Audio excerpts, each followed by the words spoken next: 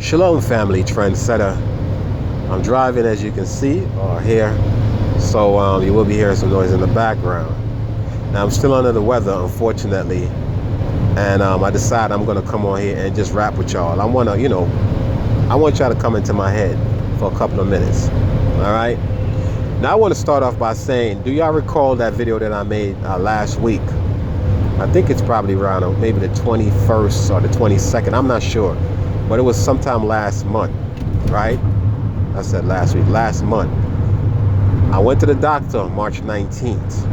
And the first thing the nurse asked me was, when the last time you got your flu shot? No, she said, did you get your flu shot yet? That's what she said to me. And I said, no. Then she said, do you want your flu shot? And I was like, no, I don't want a flu shot. Because I don't do vaccination. I don't do vaccines. And she was kind of like convincing me indirectly to get it.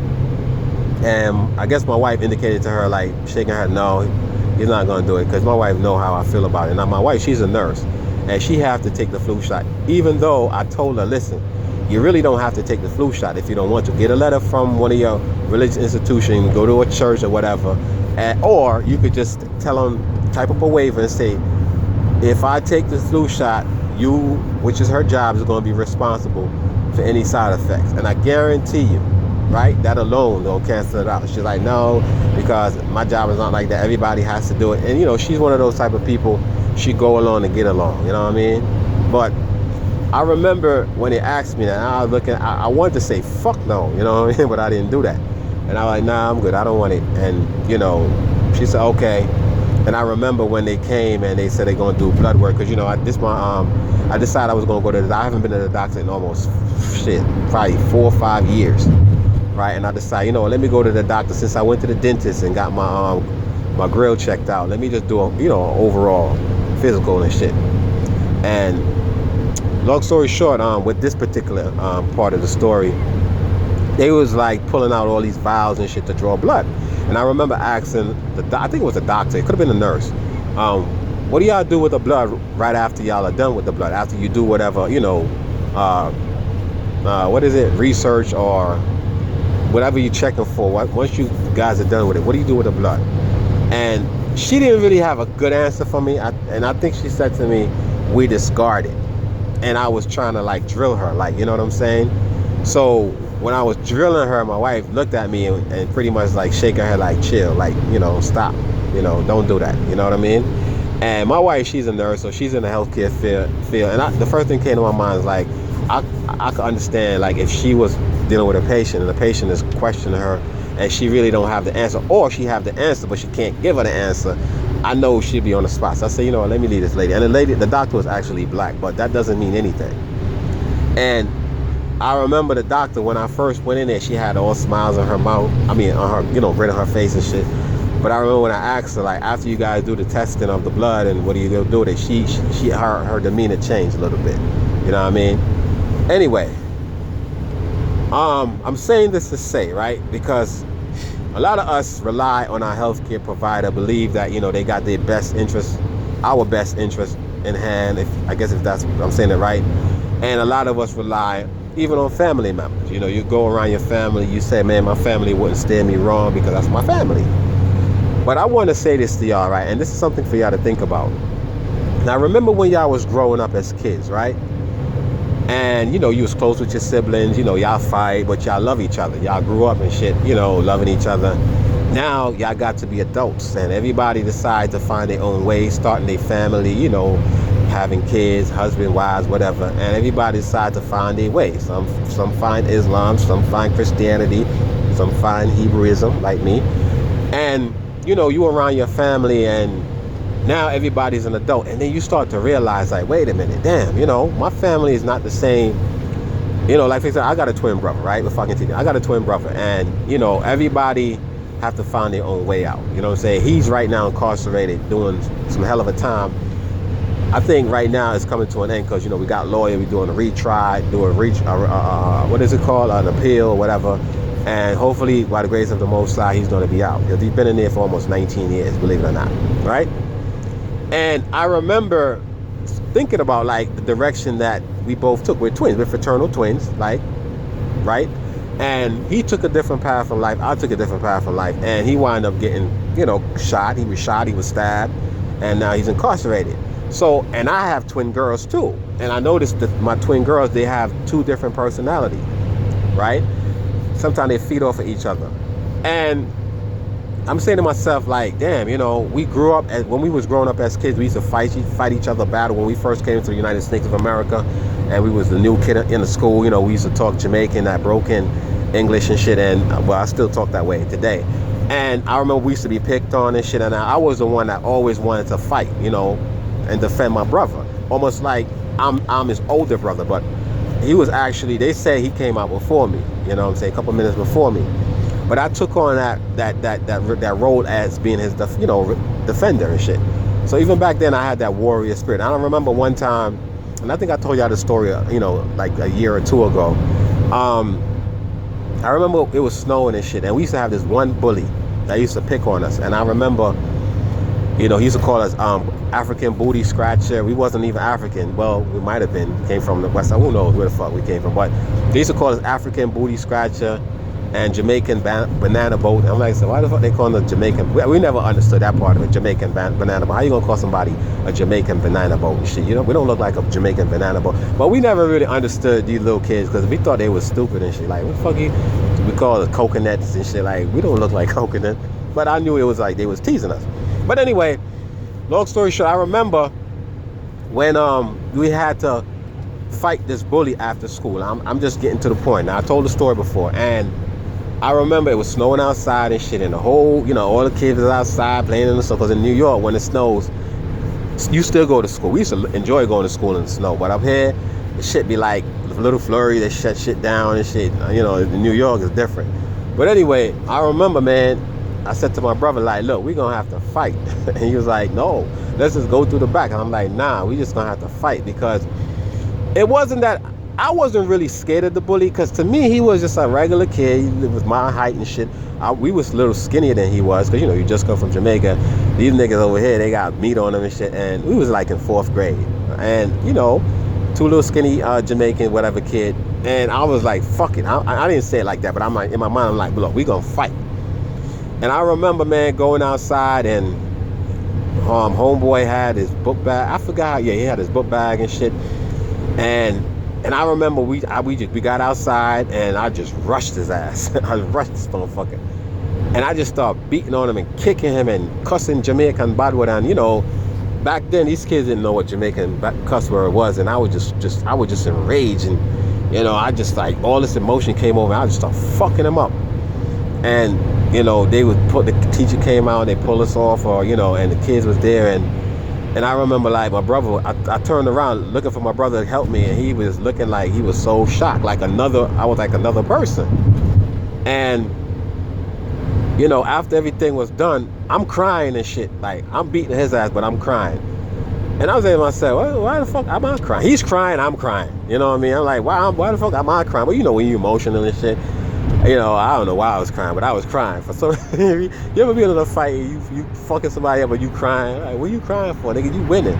But I cried, and I remember, we didn't get suspended because they knew this little boy was a bully, and I had seen him like years later, man. And back then, when I seen him, I was like a gangster in Jamaica. I was in a gang, I was a drug dealer, and I was like, I remember going to a tire shop to go get my tire changed, and he was actually the manager of the tire shop.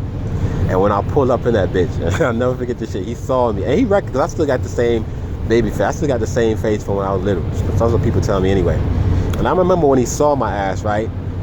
Big fat nigga. Now he's like, I know disrespectful towards fat people, but I'm just saying, back then I was more lean and shit. And I remember seeing him, and he saw me, and he recognized me. And the first thing he came and did, this is years later, because after that fight in school, he never speak to me. He always avoided me and my brother. Matter of fact, we was popular after that. And I remember this nigga came up to me, and he came and gave me a pound. You know how we New Yorkers, we like to give a pound and hug and shit. And he came up to me, gave me a pound, and said, what's going on? Call me by my, he remembered my first and last name too. It was so funny. And I called him by his first one, because we always remember kids' names. For some reason, their first and last name. And I said, what's up, man? And he was like, and I'm looking at this nigga like, this nigga right here used to like, bully people, big, doofy, fuck face nigga. And I'm like, and I'm looking at him and I realize, this man is grown. He's now doing something responsible. I'm the one that was doing shit, fucked up. And I remember, he came to me and he was like, yo, man, you still look the same. You haven't changed. And I wanted to say, nigga, you don't look the same. But I didn't say that. I'm like, yeah, I said, man, I'm glad to see you working. Because I know back in the hood where I was from in New York, everybody was either into drugs or, in jail or whatever. But he was actually working. And I remember saying that to him. And he was like, yeah, man, I'm here, man. I've been a manager here for almost like going on 4 years. And, I'm doing my thing. And I'm like, all right, that's what's up. And we started to talk. And he was like, look, man, what you here for? And I told him, I'm here to get some new tires or whatever. He said, look, I'm going to give you my manager discount. And he really hooked me up. And I don't know if it was because I was driving a nice car. And he probably realized that, I was in the game because I was blinging out and whatever. I had my boys and shit, in the other car. And I don't know if it was out of probably intimidation or whatever. But I mean, I'm going to rule it as he just probably like, he had grown out of his ways. And he gave me a real good discount, man. That shit was real good. As a matter of fact, I got 4 fucking brand new tires for like $360 something. You know what I'm saying? Each tires, and that came with tire rotation and all that. Well, I'm telling you all this. But anyway, after he hooked me up with all these 4 tires, right? I gave him like $100 tip, and he was like, nah, you don't gotta tip me. I said, nah, listen, that money that I was gonna pay, because I sure I was gonna pay more than that. Look, man, this is for you. This is for like, for back in the days. You remember how we used to? And he said, yeah. I was hoping you wouldn't bring that up. I said, nah, no hard feelings, man. We grown men now. And I said, look, this $100 is for you. You know what I'm saying? You say you doing your thing. I appreciate you actually working. Because I always had this attitude like, I'm your elder and shit. Even though we the same age, I'm your elder. I just got that leader spirit. I'm like an alpha male. You know what I mean? I don't even want to use that word alpha because when you really know the definition of what alpha really means, a lot of y'all wouldn't even say that shit. But yes, I'm an alpha male, right? And I gave him $100. I look, man, no sweat, man. And he was like, look, he said, you live around here? I said, yeah. Matter of fact, I live, in Hollis, Queens and shit at the time, right? And he was like, oh, word? I said, yeah. He said, listen, there's a Jamaican spot and it be popping every night, and I'll be doing like bounce over there. Look, whenever you want to come through, just come through. Just ask for me and I got you. And I'm like, for real? And ever since that day, I've been my spot. I've been going to that spot for like almost, at that time anyway, it was like for 6 years straight, I've been going there, you know what I mean? And I'm just trying to let y'all know basically where I'm coming from, that people actually change. Some people change for the good and some people change for the worse. Now, even your whole own family, y'all grew up together. I don't even know. I'll straight on the story, but we grew up together as kids, siblings. But you don't know where destiny is going to lead you as a sibling. You know what I'm saying? Some might decide to be a Christian. Some might decide to be, a Muslim or whatever. You never know what life is going to take you. But I just want to say this in closing, right? Everyone that you're around. This goes for white people too, right? Everyone that you're around as kids, as an adult, they're not the same person. I don't care if they talk alike. If they talk like the same person, I don't care if they try to portray themselves to be the same person. They're not. They're not the same person. And this is why I think a lot of us make a lot of mistakes, because we believe that, we grew up with this person from the hood, or we grew up with this person in our family, and we think they're the same person. They're not. They're total different person. I'm sure a lot of y'all can contest to what I'm saying. So I'm saying this to say, right, you have to be on guard. Guard yourself at all times. Don't give nobody the benefit of the doubt. Let them earn the benefit of the doubt. You know what I'm saying? Benefit of the doubt come first, but they have to earn that shit. And after they earn the benefit of the doubt and they have proven themselves, then you could probably find yourself start to trust them. Don't trust nobody. Because I've been in a situation when I was hustling in New York where I had my homeboy, knew everything about me, knew where everything was, how we, when we go to re-up. Y'all know what I'm talking about. And I remember that same nigga tried to set me up, but the Most High was always by my side. And instead of me getting caught out there, he got caught out there because he was supposed to be at the spot. And the dudes that he tried to set me up with, right? They didn't give a fuck about him. They was going to take him out too because, back then, you had the stick-up kids. When they come to get you, they getting everybody. So they figure like, shit, if we going to get him, we might as well get this nigga too because, he could go back and later on and say, look, yeah, even though he set it up. And it's so funny when they came to get me, I wasn't there, but my other people was there. And, they got gotten and shit, you know what I'm talking about. And he was caught up in the mix. And then later on, when shit happened, I don't want to go too much into details, whatever, right? But Come to find out, we find out that he tried to set the whole ordeal up, and he got caught out. He got caught out there. You know what I'm saying? So you gotta understand, and what I mean by getting got, right? Family, all right, 'cause I gotta clean this shit up a little bit. I mean, he got robbed. Okay, he got robbed too. That's what I mean by got. Okay, he got robbed too. So if he wasn't trying to rob us, he wouldn't have gotten robbed himself. You know what I mean? So that's how life is. You know what I'm saying? That's why they say when you dig in a grave, you dig, you know, dig an extra one, because you're going to fall in that bitch too. But again, family, in close, I just want to tell y'all, man, that, you know, you have to be very, very careful who you have around you in your circles. Your own fucking family, your own husband or wife can be your downfall. You know what I'm saying? Because that's who Bob Marley have a song say, only excuse me, only your friend know your secret, right? And it's the truth. Only your friend know your secret. Your family usually know your secret, and a lot of times for $1 they will sell you out.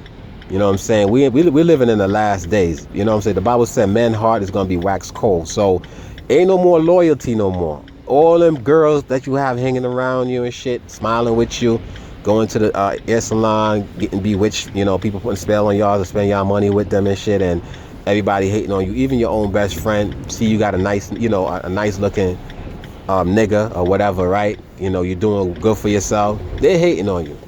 The same bitch that you grew up with in the hood, she hating on you. You know what I'm saying? Same thing with niggas. You know, y'all started out in the game together, all of a sudden you're doing better than him or making more money, they hating on you. So I'm just giving this video as a warning. You know what I'm saying? Only your friend know your secret. Remember that shit. And with that, family, I say shalom.